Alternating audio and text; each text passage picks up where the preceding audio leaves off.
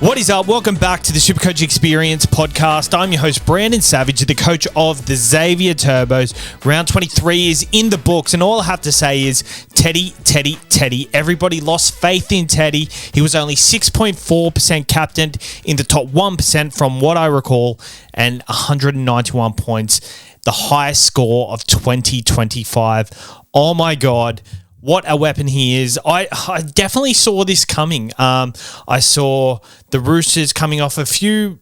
I mean, they've won the last few games, but just a few subpar performances for their standard. I definitely saw this game coming.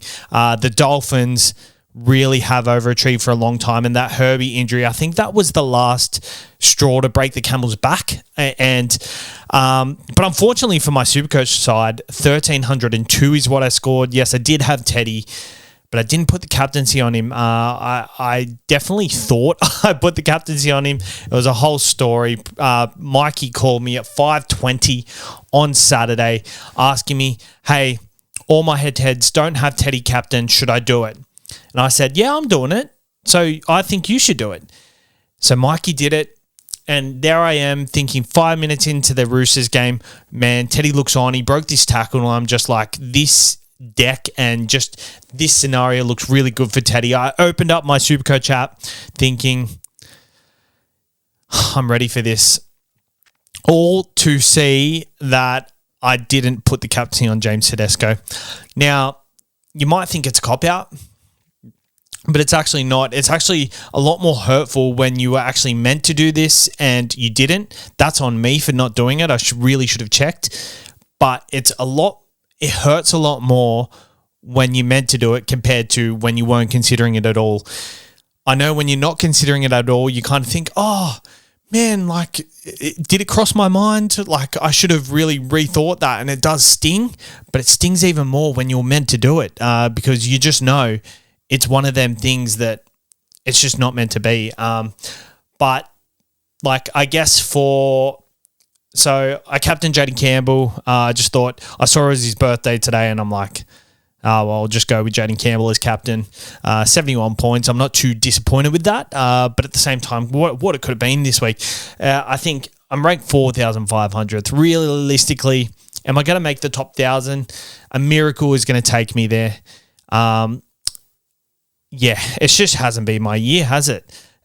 Just a lot of situations like this have gone against me, and that's just SuperCoach. You've just got to roll with the punches. I think I've made the right decisions here and there, just haven't executed week to week. So let's call this year write-off. It's definitely going to be my lowest rank in a very long time. I think the lowest I've ranked in the last 5 years is 2,200th. So the fact that I'm looking down the barrel of maybe outside the top 5,000 potentially, depending on how the back end of the season goes. It's very disappointing. So I think I'm going to definitely come back with a vengeance next year and hopefully come through with a good performance with time to come. But still very keen for the back end of the year. Use my last trade on Herbie to Lomax. And am I okay with that? I'm definitely okay with that. I traded a gun for a gun. And I've got someone in my side who scares me. I don't have anyone in my side, anyone that's not in my side that doesn't scare me anymore. So I think that's a good thing. Let's go on with the scores for the week. I think also, just to reiterate on why I'm not too worried about why I didn't captain Tedesco. My main head-to-head, the last one I'm still alive in, my opponent, shout out to Thrawn's Legion, Reese. We're talking about him last week. He's ranked 230th. I was shit scared that this is the last head-to-head that I am alive in, and he is the one I'm versing. He shit the bed this week. He scored 1,046. I don't know if he had Tedesco. I feel like he might have, but he didn't have Turbo at the start of the week. And then all of a sudden, he had Turbo on his side, and he captained Turbo for 55, which I found a very bold play from him. Obviously, he's going for the overall glory, so I think he was going for a pod play this week. But I think Teddy was definitely the option, of course. But So he scored 1,046. So I did put a number on him. I won that cash league. So I'm on to the next week. He's out, but I'm sure he's alive in so many others because he's just killed it this season. It's unlucky it's worked like this for him this week, but he's also got Tom Trbojevic in versing the Tigers next week, which I think is a good thing to have. I think a lot of people won't be able to go in that direction. There's a lot of injuries in and about, and I think he's in a really good position going forward. It's just the kind of week you don't want to have red arrows on because it seemed like a very open week for captains. Everyone wasn't sure who the captains were. I wasn't very keen on Lomax or Jaden Campbell today. Hines and Cleary I wasn't too keen on. I was definitely keen on the Teddy one. So that is really disappointing that I didn't get to pull the trigger there. But it is what it is. Had Daniel Tupou as well for 107, which is a great pod option. It's really nice when those pod options play well for you. But shout out to Timmy. Timmy has forced us into doing the cheeseburger challenge this Thursday. So the cheeseburger challenge will be happening this Thursday. So for myself, I'll be doing 24 hours at a McDonald's and every cheeseburger I eat will be an hour off the time. So hopefully I'm not there for too long, but hopefully I don't get sick. I'm very keen to see how many I end up eating. So that'll be Thursday. So we'll have that video out on the Tuesday for the Tuesday pod. So I'm very keen to see how that goes. So let's wrap up the week. The first game was obviously the Broncos versus the Melbourne Storm, 22-2. And the big news from this one, Adam Reynolds and Ezra Mam injured hamstrings in the same tackle. Really crazy. I think I don't want to say the Broncos season is done. I actually thought they were a very good chance to maybe shake up the whole thing. But if Adam Reynolds and Ezra Mam are out for a long period of time, I think that writes them off. I think if they can scrape by in the 8 and come back for finals, it might be a good time, but it just puts them on the back foot a lot. So I think they're potentially, looking at them, we look at them as a pretty hard matchup at the moment. I think they're a matchup now where I think some points can go against them. So they have the Dolphins next week. The Dolphins coming off a really bad loss. So, you guys like Azarko, I'm actually pretty keen to have Isaiah Katoa, for example. They do have the Knights the week after, and then they've got the Cowboys and Melbourne Storm. So probably not super coach relevant, but like the likes of Dane Gagai, Scott Drinkwater, and then obviously Harry Grant and Cam Munster. If they don't rest in round 27, I actually think they're a very good option for the run home. But Cameron Munster, top score with 92. He seems to perform against the Broncos every time he does. Harry Grant, 77. Pappenhausen, 76 with a line break try. Good to see him back. Not kicking goals, though.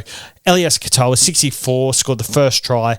And for the Broncos, Payne Haas updated to 83. I think he's a very good front row purchase. If you don't have him, he looks back to his best. But that being said, are the Broncos really going to...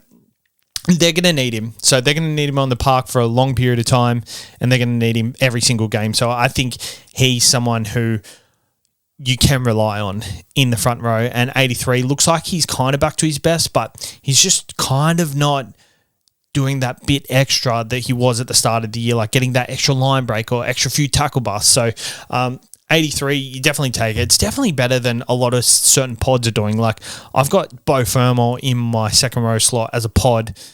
Scored 64 with a try and a line break. So he's doing a lot more than that. Just because it is a more boring way of scoring points, it doesn't mean it's worse.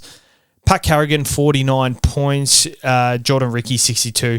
Not much doing for the Broncos, considering they didn't score a try. Ben Hunt's going to be a nice cheeky one at 367K. If you have to, a 5'8 might be an option because he will take control of that side at 5'8. But I also think that potentially the likes of Stags going into 5'8 and Reece Walsh at fullback kicking goals is going to be very interesting. Moving on to the 6 p.m. Friday game, and the Penrith Panthers are back. They are locked into the top 4. How good is that? I saw a comment on... I uploaded a video of me and Timmy talking about the trainer the other day, and someone did comment saying...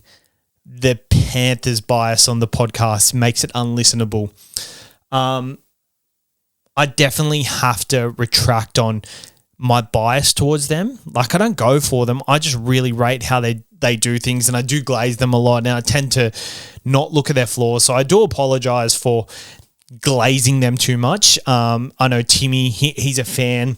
He's allowed to glaze them as much as they want, but like, I'm the host of the podcast. I really got to have a real non-biased point of view and look at it from an even playing field, present both sides of each party. So I think that person was right, that I definitely lean towards the positive side for the Panthers, never really look into their flaws. And I think after that whole video and after that whole process, I uploaded that video. A lot of people agreed with me, but I kind of realized at the time that, yeah, it kind of was Jaden Campbell's fault that he did miss the goal, but misses the whole point. And I think a lot of other people were missing the whole point. They were blaming the missed goal on the trainer, and I was blaming the missed goal on Jaden Campbell, but they're two completely they're the same thing, but the trainer running in front of him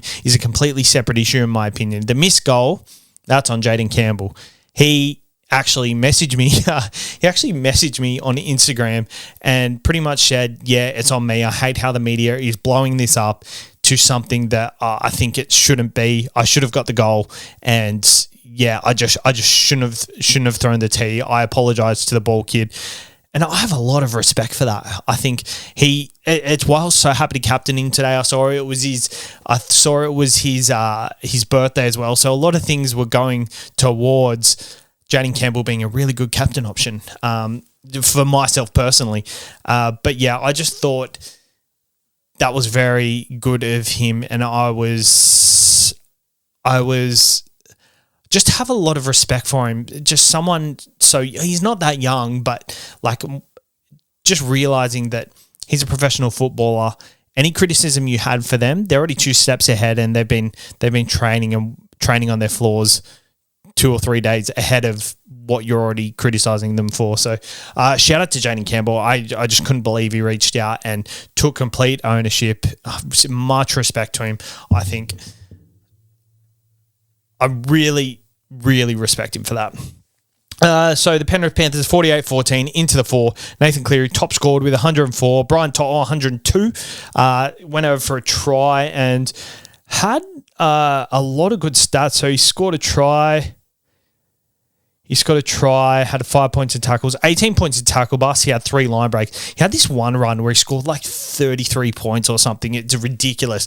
Brian To'o, good option, but they do come into a tougher draw at the moment. So the likes of, Talangi, who scored 99, To'o 102, Tago 90. I think they're probably not pods at the moment anymore. No Yo in the side, no worries. I think it's a good thing. Brayley, 77 for the Knights, and one of the most traded in players this week, Dan Gagai, 40 points. I think we saw his floor as potentially 70 looking into this week, and it is not 70. But he came up against a red-hot Penrith Panthers side. It was a wet condition, and Penrith Panthers dominated the ball possession, so can't really blame Dan Gagai for doing not very good there. All right, moving over to the Canberra, played Manly Seagulls, and Manly Seagulls look like they're up for this early on in the contest, but Canberra just went away with it. It was very frustrating to watch as a Manly fan, watching how this team goes about their business. I did like Tom Trbojevic at the back, but defensively, just awful. He is pretty bad defensively. And on that edge, Cherry Evans defensively doesn't put his body on the line. Same as Turbo. But Turbo with his ball playing at the back, it just seemed like it was very predictable. They went side to side. They don't really have the forwards to get a quick play of the ball to get. And like Tommy's not really calling for the ball when there is a quick play of the ball. I know when Tommy's at his best, he calls for the ball very, like you see a quick play of the ball. He's in there. Like he's nearly so tight in at the hooker where the hooker just needs to give him the ball. Doesn't even need to pass it, just gives him the ball. But I didn't see that. There was no sniffing of the ruck from him. It just seemed like the team is disjointed. The halves aren't doing very good. Like anytime we got momentum, a Daly Cherry Evans kick or a Luke Brooks kick would go dead. So, yeah, they're playing the Tigers next week. They got a good draw over the next few weeks, but I can't say with all confidence that Tommy Turbo is going to be a good captain option or any of these Manly players are going to be good pods for you. But Cooler top score 92. He looked electric. Bullymore 65. He looked so good. Supercoach-wise, obviously nothing to do with it. Garrick 63. Stayed on the left wing, which I think is very important. I think that's good for this Manly good run. I think next week playing the Tigers, he's in a good position for that. And Tom Trbojevic, 55. I have him in fullback. I am happy to have him, but I'd be very cautious buying him. That at the same time, Drinky's not really killing it. Edwards isn't really killing it. Edwards has this tough draw coming up. So, Tommy could be someone you go to, but I would be cautious because it has been a frustrating watch. For the Canberra Raiders, Ethan Strange, 127 points. He is looking electric, 3 tries, probably going to be the 5'8" of the year. He's killing it. Matt Timoko, a very popular purchase this week, 74 points. Horsburgh, 66. Young, 62, not doing too much.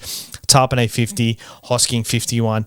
The Canberra Raiders, they just get it done as they always do. They're first on the ladder for a reason, and I think they're the real deal. I'm loving watching the Canberra Raiders. All right, moving on. Sorry, just had to go onto the camera there because the camera has a 20-minute timer, which I can't really... I don't know how to fix that. So every time the camera gets to 20 minutes, I've got to press stop and then press start again. Moving on to St. George versus the Sharks game. St. George won 22-14. And talking about Manly being a frustrating side to watch, the Sharks, they are just as frustrating. Firstly, I want to touch on the first try that Teague Wilton scored. Teague Wilton tackled in the air by Tyrell Sloan. What else is he meant to do there? Is he meant to, when he realizes he doesn't have the ball, just let go of him and let him score the try? It's a natural reaction to fall on someone. I think it's pretty... The people up in the bunker making these decisions seem like they've never stepped foot on grass in their whole entire life. It is not... They're not making decisions with common sense. They're making decisions based on the black and white rules of the law, which I think is fair, but at the same time, come on, we've got to revisit this rule and just determine that sometimes in this situation, it is unavoidable and it is unavoidable, and Tyrell Sloan in that situation probably did all he could. Tyrell Sloan in that situation did the best he could to try and get away from it. But what can you do? He's falling into him. What's he supposed to do? Just not play at him? And then as soon as he hits the ground, then tackle him? It's a very hard thing. If you're really concerned about player safety and all that sort of jazz, then they should be allowed to tackle in the air. In that sort of situation, I think it's kind of gone away from player safety. This rule was brought in for player safety to make sure the person jumping in the air doesn't get injured, but aren't you kind of deterring that on the other side of the fence if the defensive player has to just surrender and just let their body get pile driven into the ground? Anyway, Clint Gutherson top scored for the Dragons, 92 points. King Tonga, 77. Pretty important week for him to do it. I think a lot of people would have potentially needed to play him this week. Sloan, 46. Cook, 63. Not much else doing for St. George, but for the Sharks, 79 points for Nico. I think a lot of people went the VC, had played him there. Pretty good option there. Fanua Blake, 69. Wilton, 65. Brayley, 63. Mulatalo, 59. I think you'll take that considering he didn't score a try. McInnes, 48. Nikora, 38. Looks like Nikora has gone for the season. He's had his 3rd offence of the season, which means early guilty plea sets him back 3 weeks. 3 weeks, I'm pretty sure. And if he loses the battle, it's 4 weeks. So his season looks like it's going to be over, and he was a good purchase for me early on, but it's looking like a nightmare now. I currently have McInnes, Fermor, Eli Katoa in my side. Sharks have a bye. I've also got Charlie Geimer on the bench. I have Tino in my side as well, and I can shift him up to second row, but I actually can't do it because I don't have any jewels there. So, I'm in a world of hurt at the moment. But, Sharks, another frustrating side to watch. Hopefully next week they pick it up. But with no Nickera, I think they're going to struggle for the back end of the year. I was really tipping them to come in hot for the back end of the year, but just not loving that combo. Trindle sucks. 5:30 Saturday, the Dolphins played the Roosters, and it's the James Tedesco show. I said he got 191 before he got 189. Let's read out his stats. 4 try assists, 2 tries, 1 try contribution, 5 tackle busts, 3 offloads, 1 line break, a whopping 5 line break assists. What the hell? 23 points in hit-ups, and he just accumulates all over the field, 189 points. Sam Walker, 119 points, a nice little pot option for people if they got him in, as well as Tupou, 107 points.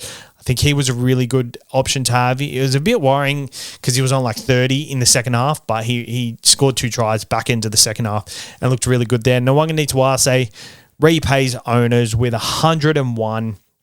Looks really good, and just the base isn't there, but that's what you'll get from him. You'll get a lot of attacking stats when it's on their day. So I think it's obvious that the matchups that you play Nawaqanitawase, the Dolphins' weaker defensive edge is the left side where Herbie actually usually defends. They've got a new combination there, so it was obvious they're going to attack that side.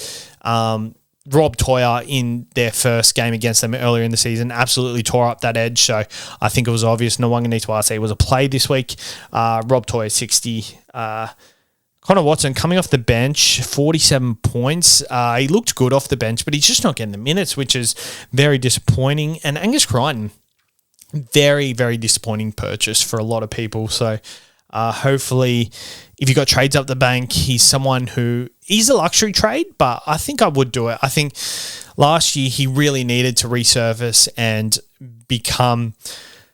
go back to that damaging ball runner because his career was on the line, but it's not anymore. He's re-signed. I just don't.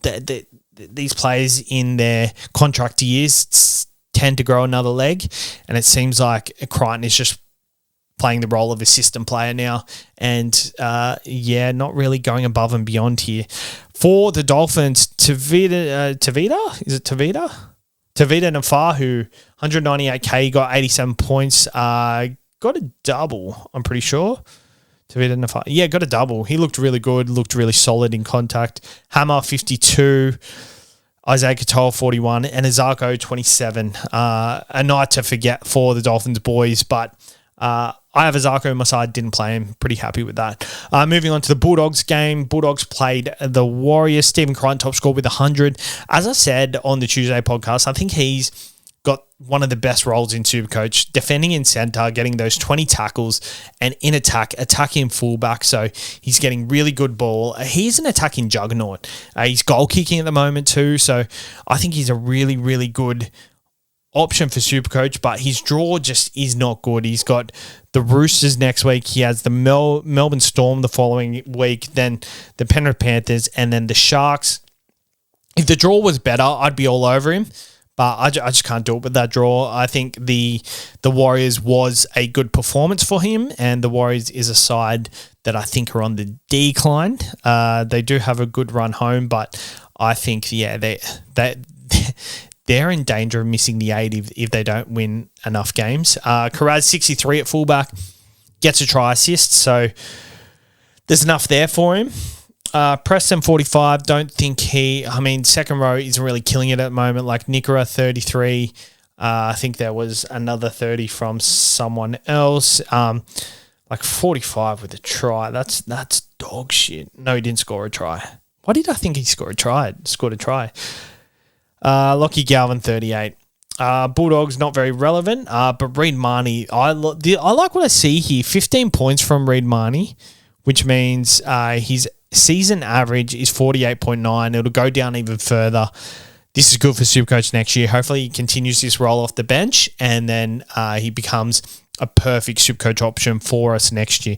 Moving on to the Warriors, Aaron Clark top scored 49 points. Very disappointing if you're an Aaron Clark owner, but that being said, it was bucketing down.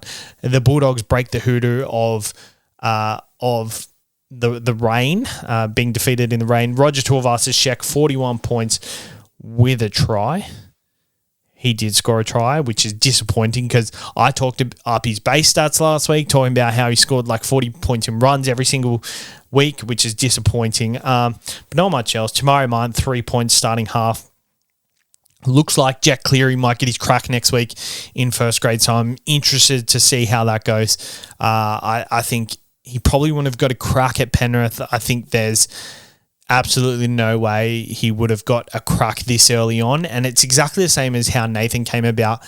Anthony Griffin debuted him a lot earlier than Ivan would have debuted him, so I think I'm very keen to see how he goes. He's obviously hasn't been like highly touted coming through the grades. I think his name has been massive coming through the grades, obviously because of his brother, but hasn't been highly touted as a player himself. But it's good to see that the hard work and effort, like he's going to know what it takes to get to the top. And if he debuts next week, I'm so excited to see how that goes.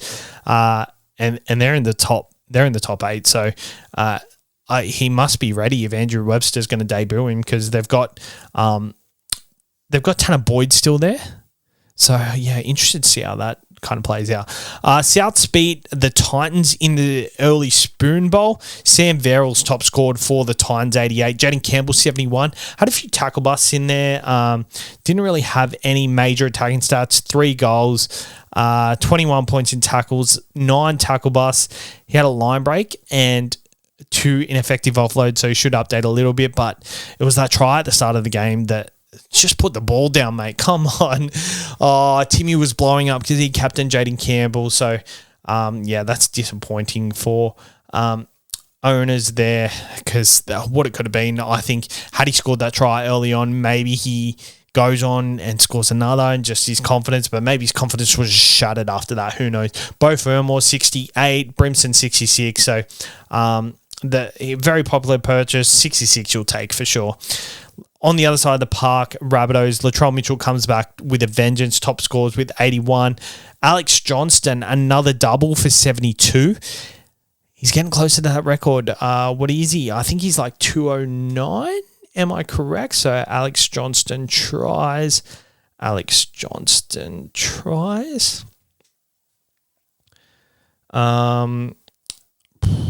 many tries did Alex Johnston? No. Oh my God. Yeah, so he was on 207 before this.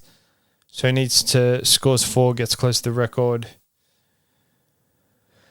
So he's on 209, so he only needs 3 more. Oh my God, I cannot wait. 207 tries, so he scored 2 today. I cannot wait till he gets that. So 3 more could happen next week. He could get his 212th next week. Who are they playing? They've got a pretty tough draw on the way home. Oh, the NRLW are playing right now. Next week they play... they play the Eels. Zach Lomax's side. Ooh. He could get 2 next week, and... I hope he gets it this year. Jesus Christ. Anyway, that's probably it from that game, to be honest. Bailey Bentley-Harpe, 67. Tallis Duncan, another 62, pretty solid there, but not much doing either side. Jay Patson for the Titans. Tukey Simpkins come on and spoiled a lot of loopers, so unlucky to you guys. And for the last game, 19-18, Parramatta defeated the Cowboys. Josh Adokar, 73. Purdue top scored for the Cowboys, 86. Hopgood back to form, 68. 433K. His last few games, 68, 47, 57, 66. So he's getting above that 50-minute mark. He's only averaging 48. So if their signs to go off, maybe next year he's probably someone, we'll definitely talk about, because he'll be at a really discounted price. Dylan Walker, 38. Guymer, 35. Lomax, 48. Quite disappointing there, but the game didn't allow for many points. Scott Drinkwater, 37. Has a bye in the last week, and then... he has Newcastle and the Tigers in the next 2. I mean, I'm just not loving what I'm seeing from Drinkwater, eh? I think definitely if you've got to trade up your sleeve, I'd be going to Turbo. I think that's the way to go. Obviously, if you don't have Teddy, he's probably the play. But, yeah, I don't know what I'd do there. But thanks for tuning in. I think that's all I have to say. I think looking at next week, let's look at the matchups for next week So on Thursday night, Penrith play the Storm. So Nathan Cleary probably is a captain option we'd probably have to look past. Warriors play the Dragons. If you've got any Warriors players, then that's pretty interesting there. But nonetheless, they're both pretty Supercoach irrelevant there. And they kind of cancel each other out because these are the teams at the moment where you're looking at them thinking, oh, they're good matchups. Roosters play the Dogs. So same thing there. They're good teams who you want to play worse teams at this time of year. They kind of cancel each other out too. I think potentially Karaz could be a sit if your depth is huge. I think for myself, like I'll look at sitting Tupou. The Sharks play the Titans at Shark Park at 3 p.m. Saturday. This is prime Nico Hines territory here. I think I'll definitely be looking at VCing him at least. But I definitely want to see how everything goes there. Ramian, if I had Nicker in my side, just be so much better, eh? Broncos play the Dolphins, 5:30 at Suncorp. I think this is probably, do we get a Dolphins bounce back? Like a Zarko, is he going to play in your side or not? I'm not sure there. The Rabbitohs play the Eels, so, Lomax is a very good pick there. We've got, if you want to take a flyer on like a Michi Moses or something, this is the one I'm looking at. Tommy Turbo versus the West Tigers, Allianz Stadium, 2 p.m. I think that's going to be a very good matchup. And Tommy Turbo for me. Tommy Turbo / Garrick, I think are the very good captain options next week. Cowboys and the Knights, 4 o'clock at Queensland Country Bank Stadium. Once again, probably Drinky and Gaga, big options there.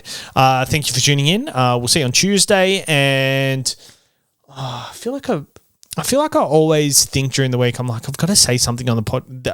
Like I always forget to say something on the podcast, but I'm just forgetting what it is. How you doing? You doing all right?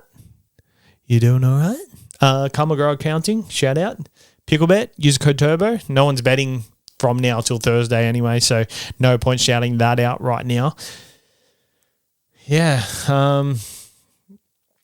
If you have any suggestions, so shout out to people that are still listening right now, because if you're still listening, it means you've gone through all that shit at the end. Just you're staying here. If you've got any suggestions for like how to run, like if you want any extra shows at this time of year, like we're doing obviously the Sunday wrap, we're doing the Tuesday show, and then Q&A podcast.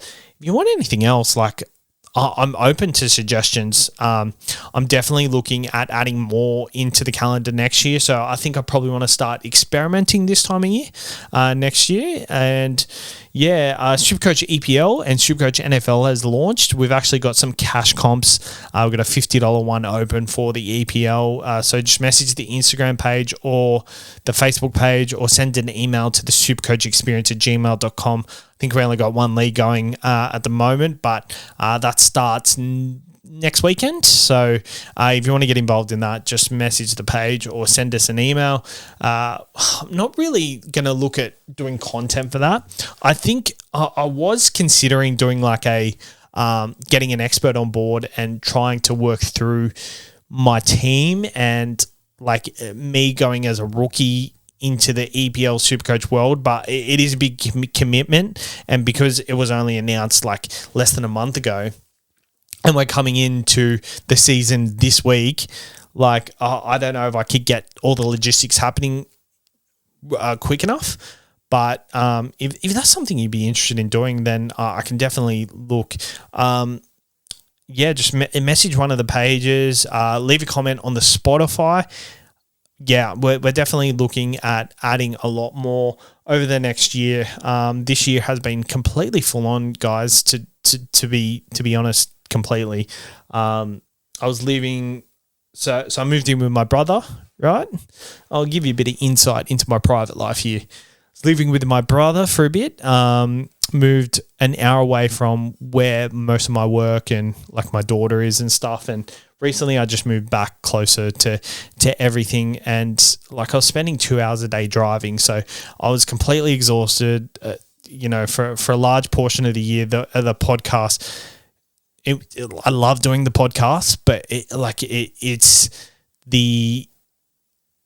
I was exhausted. So like during the podcast, so I was exhausted coming into the podcast, and it just, I wasn't saying it's not fun, but like, it was just, I was so exhausted. I just didn't have energy to put my all into it. But I think I'm definitely getting back to getting my energy levels and my routine back to normal, because it just was so out of whack before.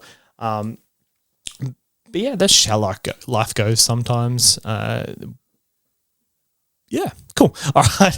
I don't know why I added all that at the end, but shout out to the people listening. Thank you. Thank you for caring enough to sit there and listen. But shout out. We'll see you next week, and we'll see you on Tuesday. Good luck with your SuperCoach. Hopefully your rank is nice and green. Shout out to Reese. I beat you. See you later, guys.